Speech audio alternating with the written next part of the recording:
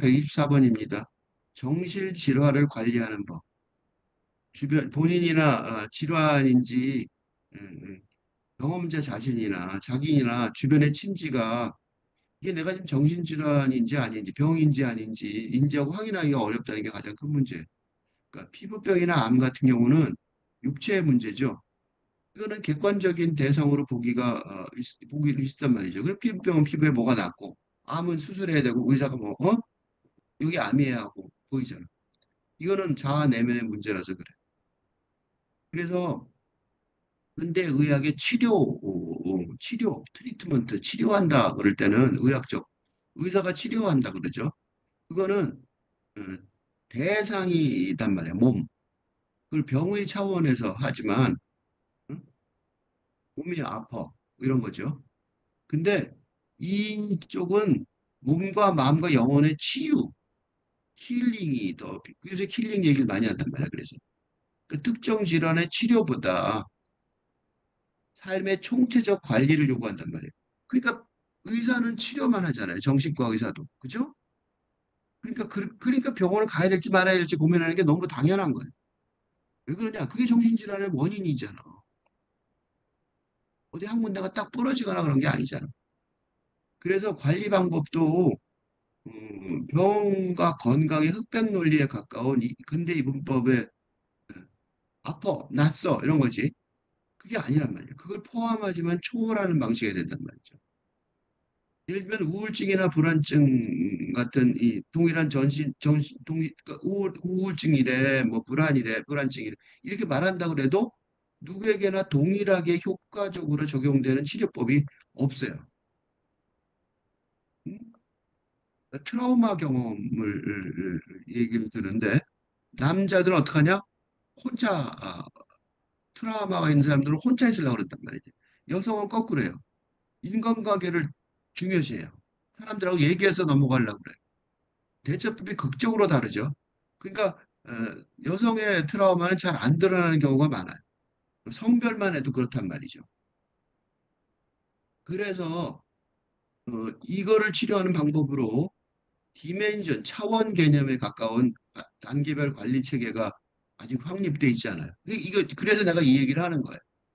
그래서 앞으로도 오랫동안 이런 따봉의 지침, 내가 지금 말하는 지침을 활용해서 각자의 알맞은 관리 방식을 공부해 스스로에게 적용해야 돼요. 이건 그러니까 그 다른 병과 달리 이런 정신질환은 공부를 해야 되는 거예요.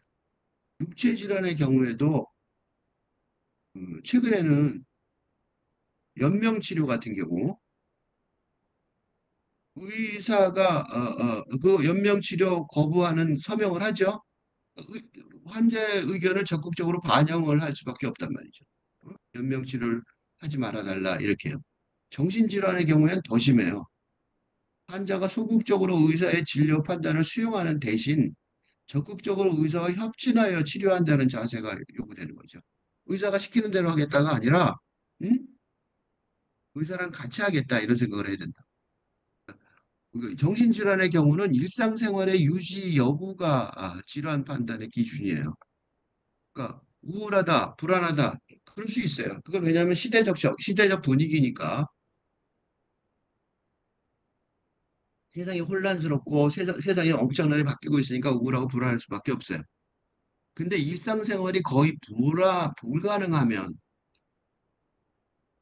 히키코모리 그러니까 집에서 안 나오는 그런 사람 있죠. 이거는 좀 문제가 심각하죠. 그게 아니라도 취업이나 연애 등 자신의 사회적 나이에 걸맞는 행위를 기회가 없어서가 아니라 스스로 포기한다면 이거는 약간의 중증의 상태라고 볼 수 있단 말이죠. 그럴 때는 정신과 의사의 진단이 필요하고 정신과 의사는 왜 필요하냐면 이 의사는 약을 주는데 이 호르몬 분비를 두뇌 그러니까 죽진에서 두뇌에서 그게 이제 의학적 처방이란 말이야. 이게 왜 중요하냐면 극심한 삶의 어려움을 벗어나는 데 도움이 돼요. 그러니까 약간 밀어주는 거죠. 그지? 근데 정신병원 입원 가능성이 있는 경우에는 더 심하죠. 이거는 이렇게 중증이어서 정신병원 입원 가능성도 있거든요. 그건 완전히 일상생활을 못하는 거죠. 그래서 이럴 때는 육체적 질병처럼 거의 순종적 마음가짐을 가져야 한다. 벗어나야 되니까 중증을. 그런 도움을 좀 받는 거죠. 이 육체적 질환은 정신질환은 육체적 질환과 달리 일상생활을 수행할 수 있는 정신 상태로 회복하는 것으로 치료가 끝났다라고 할 수 없어요. 예를 들어 가정폭력으로 이제 트라우마 증상을 한 아동이 다시 그 가정으로 돌아가면 어떻게 되겠어요? 증상의 재발과 악화를 초래하게 될 뿐이에요. 그래서 정신과 치료를 넘어서는 영역이에요. 그래서 몸의 치료를 넘어서서 그래서 정신과 의사들이 고민하는 거예요. 지금 이게 굉장히 큰 고민이에요. 몸과 마음과 영혼의 치유가 요구되는데 이거는 공동체 전체가 해야 된단 말이에요. 그래서 어떡하냐? 가정 폭력의 경우에는 이건 심하단 말이죠. 그래서 뭐가 있어요? 피해 여성 쉼터 등 사회적 대안이 강구되어 있단 말이에요. 어느 정도.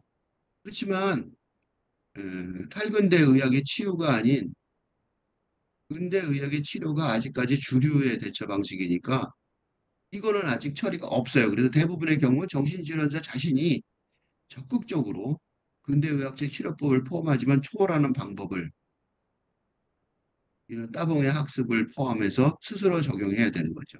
내가 지금 말하는 건 시작일 뿐이에요. 공부해야 되는 거죠. 쉽게 말하면. 그러니까 정신질환을 관리하는 방법의 요점은 환자가 의사의 경지가 돼야 한다는 거예요. 이게 정신질환의 개념을 도입한 프로이트가 치료자와 환자의 상호 영향성,